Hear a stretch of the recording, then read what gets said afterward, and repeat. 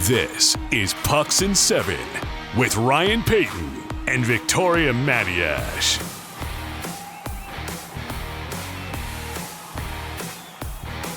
I was going to lead into the show in a completely different way, but right before actually the countdown, when we record this, Vic said twice with emphasis, how about them Blue Jays? Now, I know we talked about them Blue Jays. Yeah, we talked about this last week, and you made it quite clear, we have American listeners. No, I couldn't care less. I care less about the American listener, yes.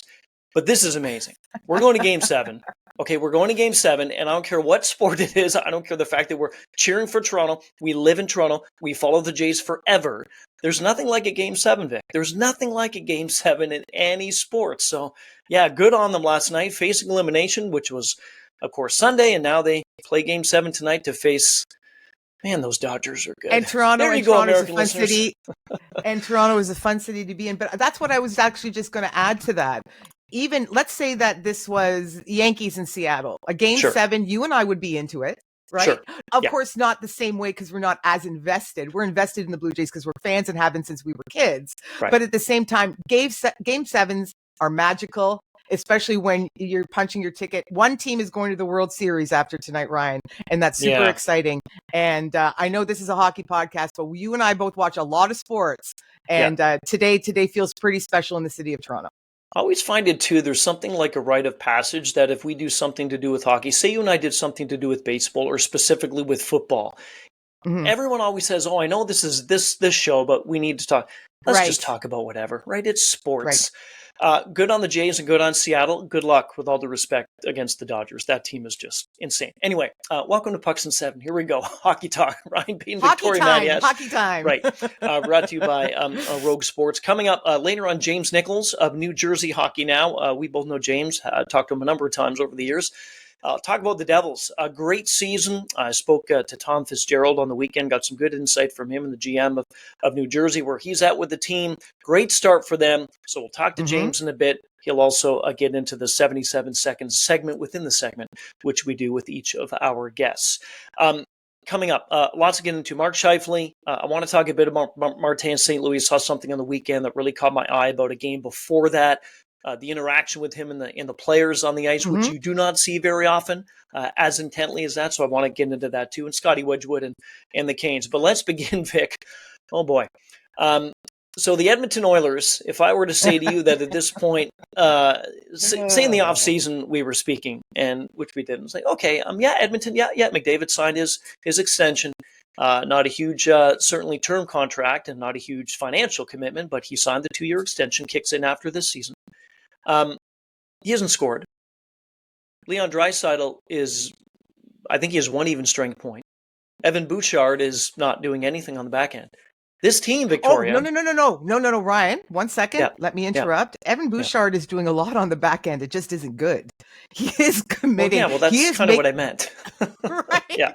He isn't doing anything. He isn't contributing anything positive. I'm an Evan Bouchard fan, and I know that he has been slammed for years for how he plays defensively at times, boneheaded plays, not the effort that he should be putting in, but he's so gifted defensively. But this past week for Evan Bouchard might be the worst week in terms of how we have watched him play. Thank you for letting me interrupt. Please continue. Oh, no. And that's a good point because he is contributing. He's coughing everything up. He looks terrible on the back end. But this whole world is crazy as we live in it. But this is even more ridiculous. The fact that I just said to you, McDavid doesn't have a goal and Leon has one even strength point. Bouchard is off the board. He just has assists for the other team, the opposition, which is last time I checked, not the right stat you want to have at the end of the game on the game sheet. This to me, and yes, it's a struggle. There are teams right now not off to the starts that many of them wanted. San Jose is a completely different story because the expectations were not and are not like they are in Edmonton. But this right now, and you and I talked about this, and I'm sure we'll do it again for most of this month, maybe even into November. All these points that Edmonton is not getting, all the games that they're not playing well, this structure and the cohesiveness in the group that we do not see. I don't care if it's the middle of October. It doesn't matter to me. This is not a good indication, Vic, and not a good sign whatsoever for this. Again, the 2-time defending Stanley Cup finalists that we're seeing right now in Edmonton. And they've lost 3 straight, and they've looked awful doing it. They're really sloppy. They're not engaged. The two best players still look like they're two best players, but they're only still two skaters out there. And I know McDavid doesn't have a goal yet, but he does have 7 assists. It's not like he hasn't contributed. He's not done And that's McDavid right. He did say last year or the year before. Cast. Yeah, and he did say he was tired of scoring goals. Remember when he said that? He just wants to help people. I think he said that not too long ago. No, but again, that was tongue in cheek. I know. Stuart Skinner has been okay. Let's be fair. He's been okay. He actually has been spectacular in a couple of games. That one, the one shutout before they went on their losing streak. It's not, this hasn't, you can't hang this on him. And I know Oilers faithful always want to hang it on Stuart Skinner, and you can't. Yeah. This is very much a group effort. Boy, oh boy, do they need Zach Hyman back.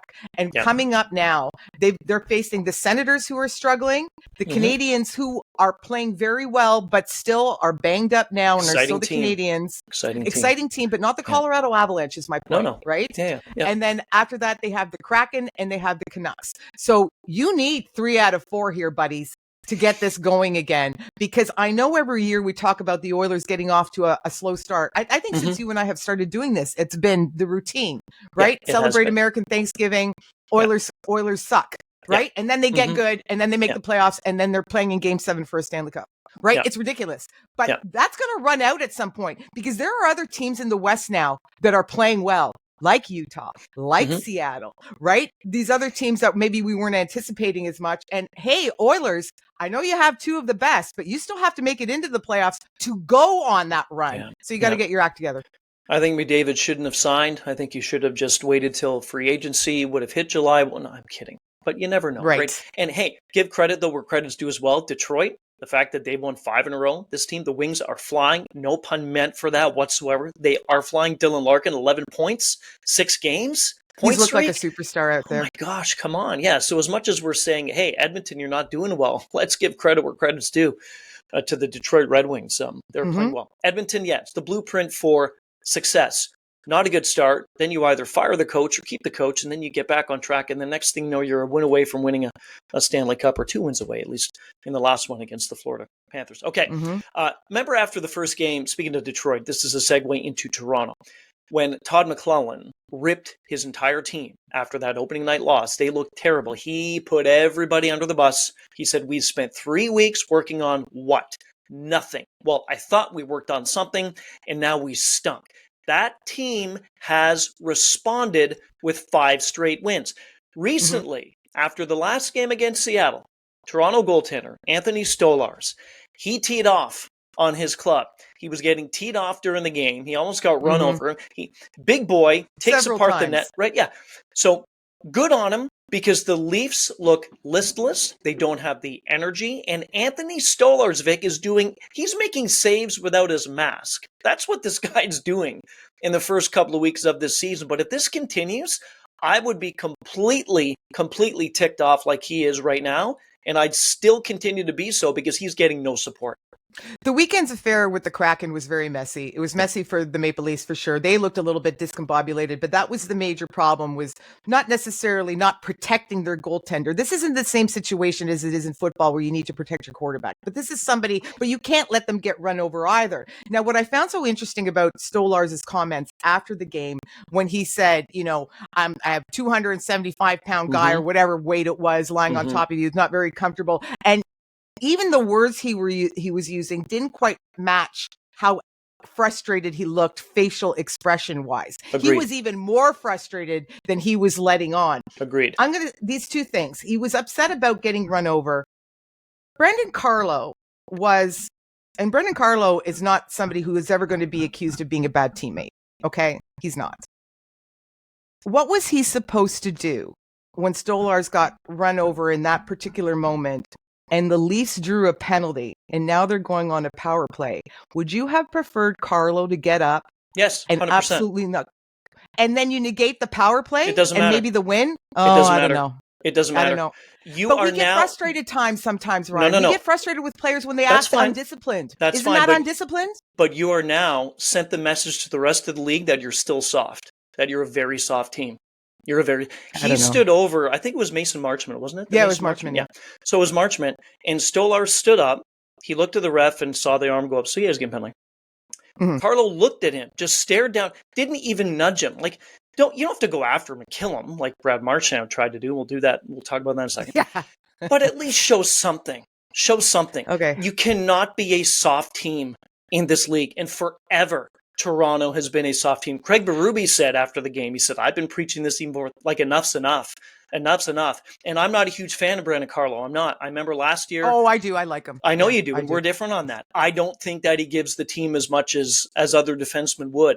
But at the same time, I don't care who you are. If you were, I don't know, I know William Nylander and Matthews wouldn't do anything, but you're a big boy. At least get down, like softly and say whatever you want to say to him, but show your goaltender that the goaltender doesn't have to throw the net off, put it against to the end boards, and then go after the player. That to me is sending a soft message. And okay, that's let not me good counter for the then. opposition. Would it not have been more effective to sit back a little bit and take advantage of the power play, or try to anyway, which they didn't, aside. But then what Stolar suggested, I want to see our players do this to the opposing netminder. Get in his face. Jam yourselves in his cage. Disrupt his routine. Would that have not have been a better response? Next shift out when the power play's over, right? Because again, you still don't want to lose that opportunity, that advantage. Okay. But then later on, go and not run Joey Decord necessarily, but get in his face and show your goaltender, because they kind of did do that in the third period of that game. They kind of did. I was going to say, but they didn't do it the next shift. They didn't do it the next shift, and I'm with you. That's what I would have preferred, though. I'm not here for anybody to go to try to hurt somebody. I'm not here for, like you are, of course not for anybody to go to try to hurt a goaltender, not at all. But that to me, again, was a message. Oh, okay, yep, he just ran the goalie. I'm going to let Stolarz keep this going. He's their most valuable player right now, Anthony Stolarz. He's their most valuable player through these first, 6 games, I think they're in? Something like that. Anyway. We're going to move on. One last thing about that game. Yeah. Leafs still could have won that game in overtime. They could have won the game. Yep. William Nylander is my favorite Maple Leaf. His effort lack thereof of letting that goal in overtime and not even chasing him down. Stolarz alluded to that. Goodness. He said you shouldn't let that happen. You shouldn't let that happen. Some guys have been around on this team for a long time. That's a quote from Stolarz, and he's absolutely right. All right. Okay, we're going to move on. So Brad Marchand, I love it. Yeah, I know you do. Of course you did. Love it. He returns to Boston tomorrow. I think the ovation is going to be incredible. There's no hard done at all, because I remember at the end of his time in Boston, he and his agent kept going to Boston late in negotiations saying, look, here's what we want to stay. Here's what we're going to give. Here's what we're basically about said, you know what? No, your worth is that's not how we think your worth is at this moment. And off he went to Florida. Good on him. We all know the video. He was traded, though. He was traded. He didn't leave on his accord. No. That's what I meant. So there's no ill will whatsoever. None. I know Brad Marchand's a great player, but stuff like that is Bush League. The stuff that he did with the helmet, I think it's stupid. I think it's stupid. All right, setting the scene. Sabres actually beat up the Bruins, and on the scoreboard over the weekend. But there was a melee between Rasmus Dahlin and Brad Marchand. And Brad Marchand, if you haven't seen the highlights, went on to take it out on Dahlin's helmet in the penalty box, because it's the helmet's fault. Because it was the helmet's fault, and ripped all the straps out of it, and it was quite a bit of theater. Dahlin didn't even seem all that bothered by it. He had to actually borrow Krebs' helmet for the next shift because they were on a power play. Because Brad Marchand earned himself a penalty by doing this. Sure, so he was in the box, continually going at the helmet, and he's since been fined the maximum for unsportsmanlike, $5,000, pennies to him. It's still. What have you. My point is, it was a bit of theater. I sort of laughed. It's very Marchand-like. He didn't really hurt anybody. The issue beforehand with the cross-check was the greater issue to me. But the helmet thing to me, I know you don't like this stuff. You think it's immature. You're not wrong. You're not wrong. You know what it is? It still made me smile. Yeah, you know what it is? It's tiring. It's tiring. So let me ask you this. If you don't mind that, then why would you have had an issue with Carlo doing anything to Marchman on the ground when he ran into him? I didn't want to see him cross-check Marchman in the back of the head and take a penalty. But if he took his helmet off, if he rubbed his helmet, if he took the helmet off, if he did that, you'd be fine with it. I would. If he did not get himself into penalty trouble I would have been totally fine. But he would have. They would have went, you're there, there. 4-on-4, let's have at it. So that to me is why it's a little bit different. Whereas Buffalo took advantage of the situation by not retaliating. They scored on the power play. They took advantage of it, right? So that Buffalo's to me, going to go that's on the difference. Sabres are going to go on a 20-0-1 run. I guarantee you. No, they're not. Zach Benson, though, watch this kid. He's entering his third year. He's only played a couple games this season because he took a puck to the face in the preseason. He looks fantastic on that top line with Tage Thompson. I'm not saying Buffalo Sabres are a playoff team, Ryan. You know I don't think that to be true. No, they're but not. I think They're they're going to be better it. because of him and some other players on that team as well. So believe me, Brad Marchand, he's one of those players in the game that you want to have on your team. You don't want to have him against the opposition. But I'm like, come on, Brad, enough. Just take it. Go back to Darlene, give him a cross check as well, and leave it alone. Okay, let's move on. Again, don't forget, James Nichols will join us. Got a question, too, concerning the Devils and Tage Thompson. There's some rumblings as well. I want to get into that with James, or we will, in just a bit. Carolina Hurricanes, again, are they just quietly going about their business? Oh, yeah, they are. They're quietly going about their business. They're the only true undefeated team left right now in the National Hockey League. And this is what they've done. If we want to talk about the blueprint for Edmonton's success, they don't play well, then all of a sudden they turn things around. The Canes just do this every year. They just put up points. Nobody talks about them as much as the Devils or the Rangers or the Leafs, like we were Vegas, go to the West Colorado. It's incredible to me. And good on them. They're such a good hockey team. They're very good. They're very well balanced. They're very disciplined. They have good goaltending. 2 thumbs up to Bussi, the backup, who was largely unknown, filling in for Kachetkov and spelling off Freddie Anderson when necessary. He's done a fantastic job. And here is my favorite topic, which you're going to roll your eyes at. 5-0, take nothing away from it. Wins against the Kings. Oh, don't struggling. None of this strength of schedule stuff. The Ducks. It doesn't matter. The Sharks. Doesn't matter. Well, maybe that does a bit. The Flyers. By the way, I wanted to go on. I got something to tell you about that. Go ahead. So, all right, now, but you're right. You have to play the team that is set in front of you. So it's not the Hurricanes' fault that they had that easy swing through California, because a lot of teams on the East Coast enjoy themselves when they do that. Here's what we have coming up. Ryan Payton in Vegas, in Colorado, in Dallas. Big test. That's coming up this times week. 3. Absolutely. They come out 2 of 3. Absolutely tip of the cap. I'm tipping my cap anyway. I'm not taking anything. They're playing beautifully. But you win 2 of 3 against Vegas, Colorado, and Dallas on the road. Yeah. Now we're cooking with gas. You mentioned San Jose, and I don't know if you saw Sharks head coach Ryan Warsofsky's comment after their about own the kid 5-star. He's going to give up one of my children for an effing win. Hey. He won't, but it's just... No, we don't have to qualify. It was really good. A few people were up in arms about really this. Good. I'm like, he's nuts. It's like, I'd give my right arm for a hamburger right now. You wouldn't. I mean, come on. He's taking some poetic license to make a point. And the Sharks are playing competitively, but they haven't been successful so far. No, they haven't. Okay, let's move through these next few pretty quickly as, again, James Nichols is going to be on about 5 and change. Right. Scotty Wedgwood. I know Mackenzie Blackwood's coming back, but it doesn't matter to me. Scotty Wedgwood's your 1A, your 1B, your 1C, keep going. 5-0-1, 938 save percentage in 6 games. He's allowed 2 or less goals in 13 of his last 15. So we're dating back, obviously, to last season. He has been consistent. I know the team in front of him is very good, one of the best in the game, and that's fine. But you need, at the end of it all, you need to have a goaltender that can make you the saves when called upon, and that you just have the confidence. So the fact that he is doing what he is doing, let's not forget, last season, too, the record was pretty good. He split time, of course. He wasn't there for the full 82 games. But this is a great story. I love Colorado. Huge Avalanche fan. Love what Wedgwood's doing. He's doing exactly what they need him to do. Exactly. Fun fact, in ESPN's fantasy game right now, the top goaltender is none other than Scotty Wedgwood. Scott Wedgwood. Yeah.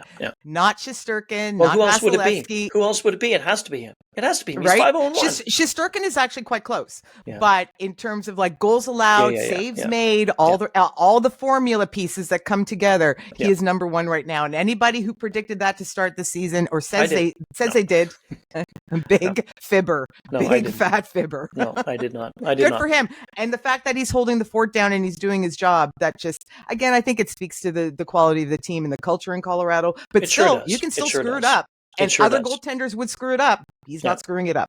No, he's not. You know who's not also screwing it up is Mark Scheifele. Winnipeg Jets, again, off to a good start. That whole division is ridiculous, as always. It'll be that way through the 82nd game played by all these teams. But good to see him.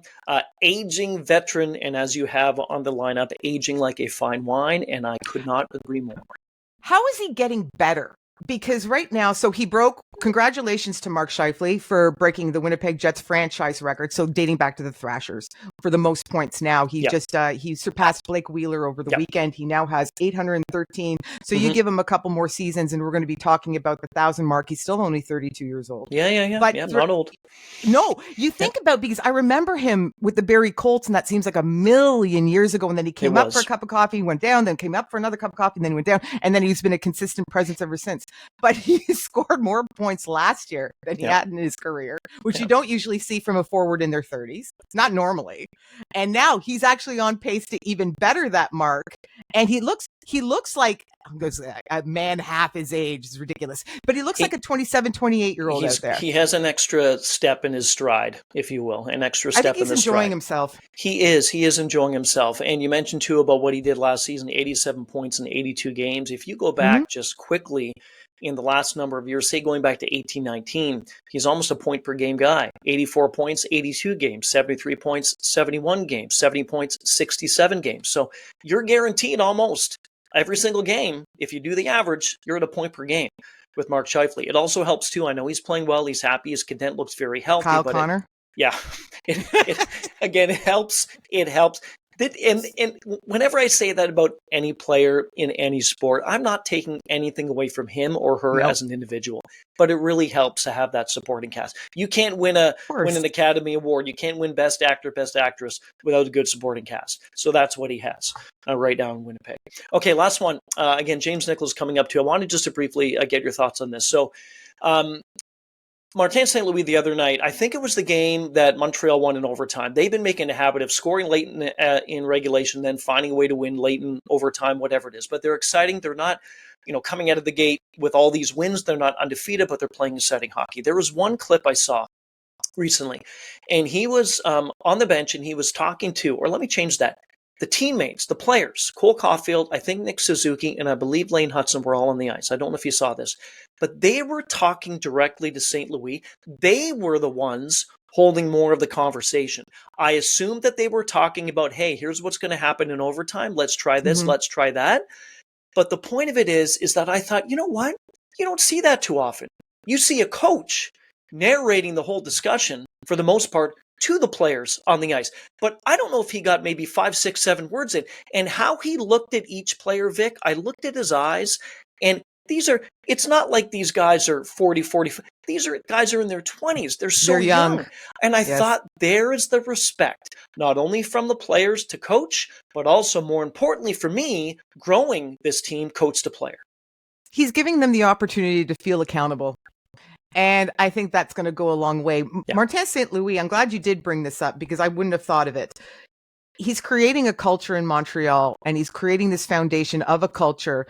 They weren't expected to be a playoff team 2 years ago, last year. Even this year, they're considered cusp, but they're certainly moving in the right direction. And management can do all they can do, but whatever you have to deal with on the ice, and he has a young crew down there, and the more that they feel accountable to each other, to him, to the organization, to the rabid Montreal fan base, the more they feel accountable, the maturity is going to come out, and this team is going to be very good for a long time. Maybe not this year yet, but they're going to be good. And I like that. The fact that we're talking about the Red Wings, Blackhawks these days, Montreal, the original Sixers are kind of back in the mix. Yeah, it's fun. Good on St. Louis. I've always thought he's a perfect fit for a team like Montreal, and I firmly believe as well that a lot of former players, they just seem to have a little bit more when it comes to players and them being coaches, and I think Martin St. Louis has that, so good on him. Okay, we'll take a break. We talked Montreal. Detroit's playing well. Vegas is playing well. Colorado, etc. The Devils are playing well. Also, out of the gate, James Nichols will join us next. We'll dive into New Jersey with James right after this one.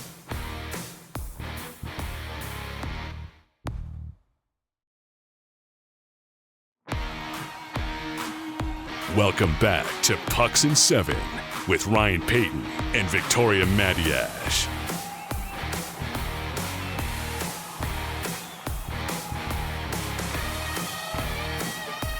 Again, early still in this campaign. We're not in the first month, that's fine, but just the first impressions you've had by watching this team. Yeah, so it's funny. It's a familiar feeling and I just wrote this yesterday and a little bit this morning too. It's a familiar feeling because we all saw what the Devils did in 2022-23. Yeah. And we saw how dominant they could be as that skill rush team. However, then they were, these kids who didn't know any better. And now a few years later, it's the same feeling, just a way more mature approach to it. They're all business. There's no panic in their game right now. And it's been a great start for them. So you just see, and the word that's been thrown around with this team a lot so far this year is maturation. And you could see it right away. They've matured so much. And you could see it in their game. They maybe don't have the best starts. That's something that they're working on, but there's no panic. Whereas they used to let themselves sink into that slow start and then allow those games to get away from them. They're not doing that anymore. And it's really apparent at the beginning of the season. How much of an impact in the maturation process has Sheldon Keefe had on this group already? Yeah, he's been huge, and that's the thing. Like the calmness behind the bench to not worry about getting down a goal has just been contagious on the bench. They play this calm game. They have this really unique approach that we haven't seen for the Devils, where they're not trying to, score 4 goals at once. You would see that sense of urgency in their game, and I say urgency in almost a negative way, where they were trying to do too much. You would see Jack Hughes try to take it all upon himself. He's not doing that anymore. You would see, Timo Meier try to score 4 goals in one shot, which we know can't happen, right? And he's not doing that anymore. They're just staying simple. They're sticking to their game, and they're not moving away from their structure, which has been huge for them so far. It's really refreshing to see this new sense of maturity that hasn't been present before. And it all starts with Sheldon putting that structure in that we haven't seen. He had his first season with the team last year. Some injuries got them down, and they were a first round exit, obviously. But after this summer and having that first year under their belt and knowing what to expect coming into training camp, it's a totally new vibe around this team. You need to have a good vibe for this team, and they're certainly doing that. How well does Connor Brown fit in? And also, I was reading a little bit about Leon's advice. Yeah, he's been excellent. I mean, the number one priority for this team this summer was to acquire depth scoring. And he provides exactly that. And he fits right in. And he said the reason why he picked the Devils was because he felt they fit his skill set. And it's true. He's very fast. He knows how to score, but he does everything. The guy's a Swiss Army knife. He kills penalties. He could go on the power play if they needed him to. And he's just been so good. So both in the locker room and on the ice, he's been a really good fit as a veteran who's been, to the Stanley Cup twice in a row. Obviously, came up just short with the Oilers, but he has that experience. He knows what it takes to win, and he's been, really bestowing that wisdom on guys like Jack Hughes, who he has said, I love having this guy around. He's been great. And he just does all of the little things right. And, the other day he laughed, right? He got that shorthanded breakaway. And he goes, Leon told me always, go backhand, forehand. And I thought I'd try it, and it worked. So he's been excellent. And, I can't say more good things about Connor Brown, who can play anywhere in the lineup, top 6, bottom 6, any role. He's been really, really good for this team. When you get advice from Leon, I'd say take it, right? Yeah. But here's the thing for Connor, though. If he gets another chance at that, the goalies are going to know what he's going to do. So he's got to figure out another move with that. You mentioned the Hughes, Jack, Luke. Again, you got to add Quinn to that mix. How much traction is this Quinn and uniting the brothers at some point together in New Jersey? I mean, I know it's been talked about, and here and there and there. This is just kind of smoke and mirrors thing right now. Yeah, I wonder. I obviously, with the Rutherford comments that started the smoke, right? And there's been some fanning of the flames since then that keeps that storyline coming. It just keeps popping back up here and there. Everybody asks Jack about it. Everybody asks Luke about it. I do wonder if, you look at the assets the Devils have. They have all of these defenders who they have not offset yet. Seamus Casey's a guy who's not playing right now, but he has an NHL future. Simone Nemeth is playing well this season, but they're loaded on the blue line. You wonder if there's, something in the future for him on the Devils, or it's somewhere else, right? He would be, I think, probably a main piece in a Quinn Hughes trade. They have that kid, Anton Silyev, who's over in the KHL, who's supposed to be a monster. You wonder if he's going to be, involved in some sort of deal. I understand wanting to be careful with this and wonder, like, is this just all talk or is it possible? But for some reason, all of these assets that the Devils still have on the blue line, right? There's only 6 positions, and then Yeah. there's a seventh defenseman, but they have Yeah. so many defenders that I do wonder if they're stockpiling some of these assets to use later. Otherwise, they would have been used already, right? Why didn't they, maybe do a little bit more at the trade deadline last year when they were going to the playoffs, despite the Jack Hughes injury, right? So Yeah. yes, right now I don't think there's anything imminent, but at some point I would not be surprised to see this really come to fruition. Anything to do with, and I've been reading this and just kind of keeping the ears open with this, Tage Thompson and possibly with the Devils. I mean, I was hearing things that the Devils would be all in on something like that if that were to actually come to be. Yeah. I don't know, like, nothing on the player specifically, but Yeah. I do have a feeling that, whether it's Quinn or someone like Tage Thompson, that this would be the season where the Devils go Right. big. Someone. Yeah. And I referenced earlier this in this show, this feels like 2022-23, right? Well, what was the big move they made then? Timo Meier, right? So now they need another big piece in the top 6, I believe. I think they've needed it for the past few seasons after losing Tyler Toffoli. Yeah. And a guy like Tage Thompson, look, if Buffalo's going to sell, I mean, the word around the Devils is that they need to get a little bit bigger. They need to get a little bit stronger, right? Who better than Tage Thompson? Tage Thompson, yeah. 40 goals and work really well in that top 6, whether he plays center or moves Jack Hughes to the wing, or if he plays on the wing for Jack Hughes. So I think he would be a great fit. Obviously, it would take a lot, and that's maybe what I mentioned with hoarding these assets that could be moved. But yeah, someone like Tage Thompson or even an Alex Tuck, who might cost you a little bit less. Sure. That guy would be a great fit too. So I would be on the lookout near March at the trade deadline for the Devils to do something big, because I think this year they know we got to take another step, and in doing that, Fitz does need to provide as well. Staying with contracts and potential things down the road, where are things at with the Jacob Markstrom discussions on a new one? Yeah, the word is multi-year extension. He loves it in New Jersey, and they love having him. I think the relationship, as far as the personalities, has been a perfect fit. He loves being there, and they love having him. And it's interesting, like, you do wonder how long you want to go on this when it comes to the AAV. I think he wants something north of $5 million or at $5 million. You saw Jake Allen sign that 5-year deal, but he only signed for 1.8. So it's, you're able to eat that at the end of that contract if it doesn't work out long term. I do think Allen has the work ethic and the fitness to be able to last the duration of the contract. But you wonder a little bit about Jacob Markstrom with some injury history, right? He has been injured last season. He's injured again now. So you wonder, how much they want to commit long term when it comes to those injury scares. But there's no doubt that when Jacob Markstrom's at the top of his game, look, I think he's a number one goaltender, no doubt. But when he's at the top of his game, you do see Vezina-like performances. Sure, I agree.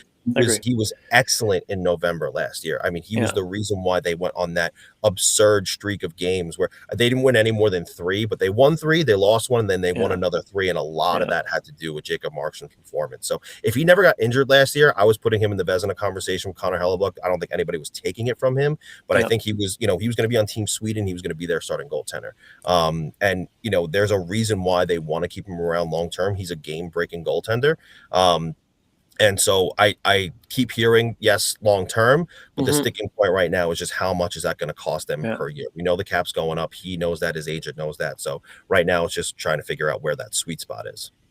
Let's talk Metro division quickly. The only true undefeated team left in the league are the Carolina Hurricanes. Are they the cream of the Metro crop?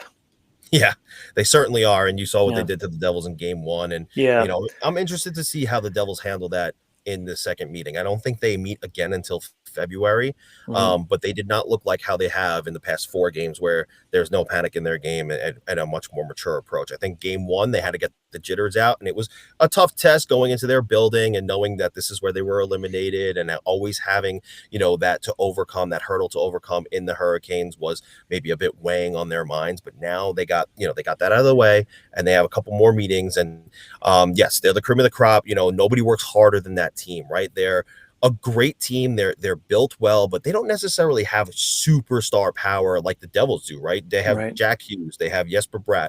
I put Timo Meyer in that category as well. Nico Hischier. Sure. And that's no knock on the Hurricanes, right? They have really excellent players. Sebastian Aho is a star. Andrei Svechnikov is an excellent player, right? Seth Jarvis, excellent player. Yeah. Jacob Slavin, right? These are some guys who are constantly talked about in the underrated category, though, whereas the Devils have these players who are bona fide superstars. So once they get that structure and work ethic, which I have seen over the past few games, down as well as the Hurricanes do, obviously a Rod Brindamore-led team is always going to have that structure. I think they'll go toe-to-toe with them, no problem, and I would love to see a series with them again, because I think the outcome, even if it's the same, the series would be much different. The Islanders drafted Matthew Schaefer, number 1 overall. From what I've seen and read, the guy is just an incredible human being at such a young age. We all know the things that he went through off the ice and continues to go through. I saw his grandfather saying something the other night about all that. Anyway, the sky's the limit for him. Just your thoughts on him and coming into the league, being a number 1 pick, but also with all the things that you've gone through at that ripe age. That to me is just something that he's matured in leaps and bounds, I think, so quickly, hasn't he? Yeah, it's funny. I was just talking to a couple scouts about this guy, because I haven't seen him firsthand too much. I saw him in a handful of games. But from what I have seen, I was like, oh my goodness, like this guy's skating like he didn't just come from the CHL. He's skating like he just came from he played in the NHL last year. Like, I can't believe how good of a skater he is. I said to somebody, I said, there's been a lot of comparisons thrown around in his game to Cale Makar. I'm like, are we premature here, or are we bang on? And a couple of scouts were like, listen, I don't throw this term around loosely, but we're looking at a potential generational defenseman here. And I said, really? They said both on the ice and off the ice. Generational person for sure. Talent wise, I might not have said that 6 months ago when he was, still recovering from that injury that he suffered. But now that I've seen what he can do in the NHL, we might be having that conversation of, yes, this guy might be a generational talent all around. So you were bang on with how great of a person he is off the ice. I mean, I think upwards of 10 to 15 Islander players wanted him to live with them, which, you don't hear storylines like that too much, but it was a big deal with how many people were like, come live with us. He's just a great person. He's overcome so much adversity early in his life, and that's just made him, a great person, as an 18-year-old. He's almost like a veteran in the room, where you can see captain's material in him in the future, and maybe in the not so distant future, right? I'd say, guy, he's coming to the league and taking it by storm. I wanted to not believe the Cale Makar comparison so early, but I mean, I've had 3 or 4 scouts say to me, no, it's pretty bang on. So it's a real deal. It's incredible to see. Last one before we get into 77 seconds with you. McDavid signing that extension, 2 years, 25, AAV 12.5. Your thoughts on that? The first thought that came to your mind when you read that, but also too, some of these contracts. I know there's some still you signed for 7 in long term, but the Lane Hudson deal, that's a bargain. A lot of these really star players seem to be signing for less money, even though it may be a long term. But now the focus really is, okay, the cap's going up, but I really want this team to win. Yes, money is important. Money is one thing. But the McDavid deal is exactly that. He's giving Edmonton, saying the money you're saving, it's right back in your pockets. Just kind of your thoughts on the landscape. Are we going to see more of these contracts with these star players going to be for an AAV a lot less than many people think? I think you should. I think that's one of the things is when Connor McDavid signed that deal, the first thing I thought was, oh, the players are not going to love this, right? Because everybody wants a little bit more. But who does love this? The Edmonton Oilers, because Connor McDavid, being the leader that he is and the captain of that team, said, look, sign me for the same deal. The money is not what I need. What I do need is I need to win a championship. Build a team around me. I'm giving you the pathway to do that. I'll sign for a short-term 2-year deal. Yes, maybe I'll cash in later, but right now we're so close. We need to win.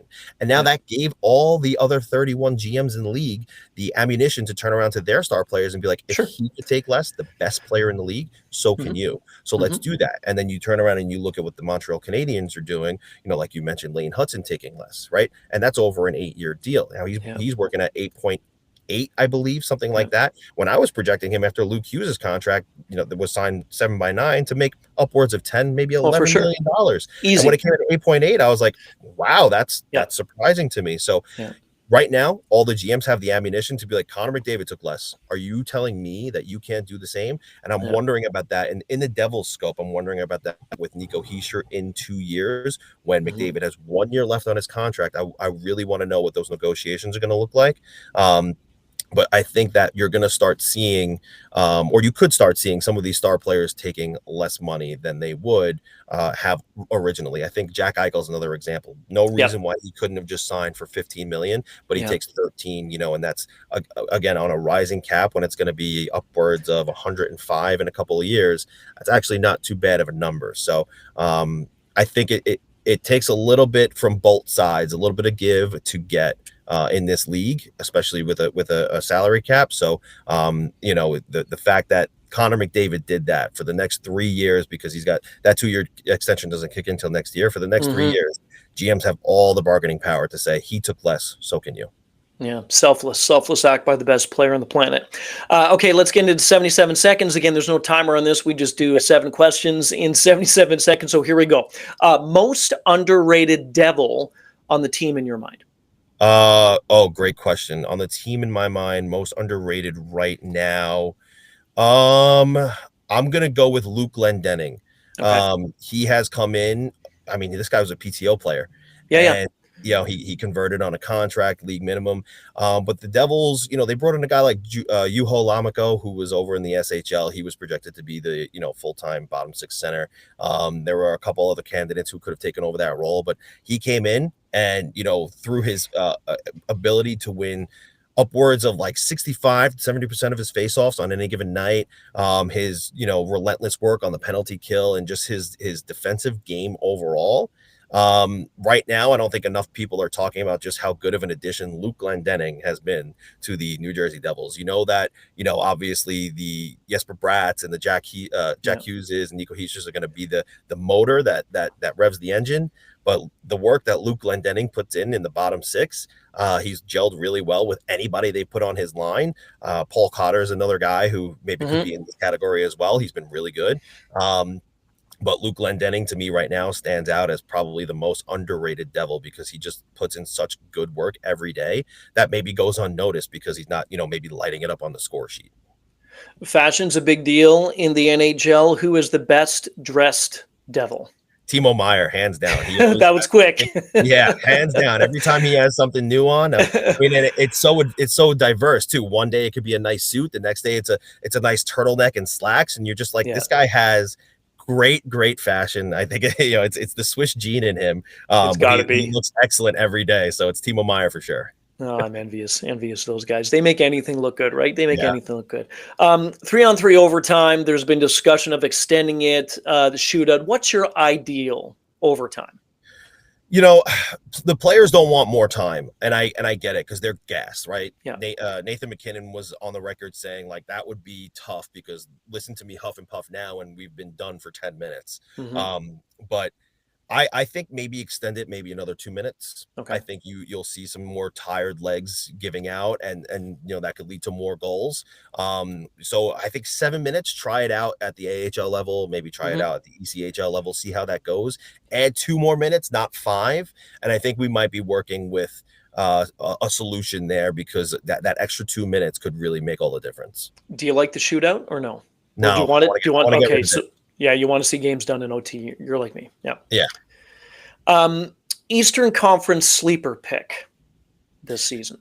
Good question. Sleeper pick. I think after Todd McClellan called out the Detroit Red Wings. Good call. After he called them out, they've been playing real well. They have. I know Tampa maybe not has had the best start, but they overcame that hurdle the other day.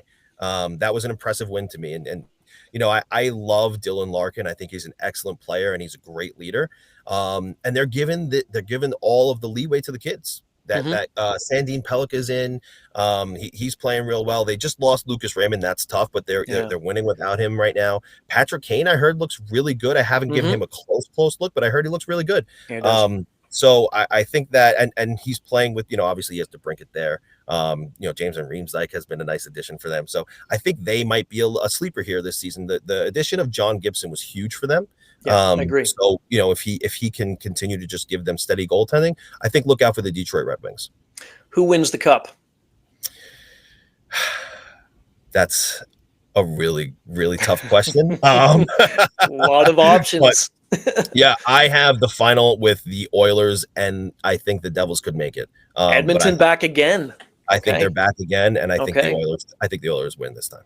They're going to do it. Okay. And then McDavid's contract looks really good. That's what I was going to say. If Edmonton wins this thing and then he looks back and thinks, oh, maybe I should have just held out and not signed till we won and then signed somewhere else, whatever. Anyway. Okay. So Edmonton against New Jersey. That would be good. Last one. Do you still have plans to teach? What, hockey? You got your teachers college. Yeah. No, listen, I'd love to stay in the field I'm in now, so hopefully I can stay here. So hopefully this is it for me. So it's been going well so far. Awesome. James, I've had spoken to you over the years a number of times. This has been great. Appreciate this. Love your work as well. Keep it up. And we will do this again soon. I've certainly enjoyed it. Appreciate it, Ryan. Thanks for having me. This has been Pucks in 7, available on the SiriusXM app and wherever you get your podcasts.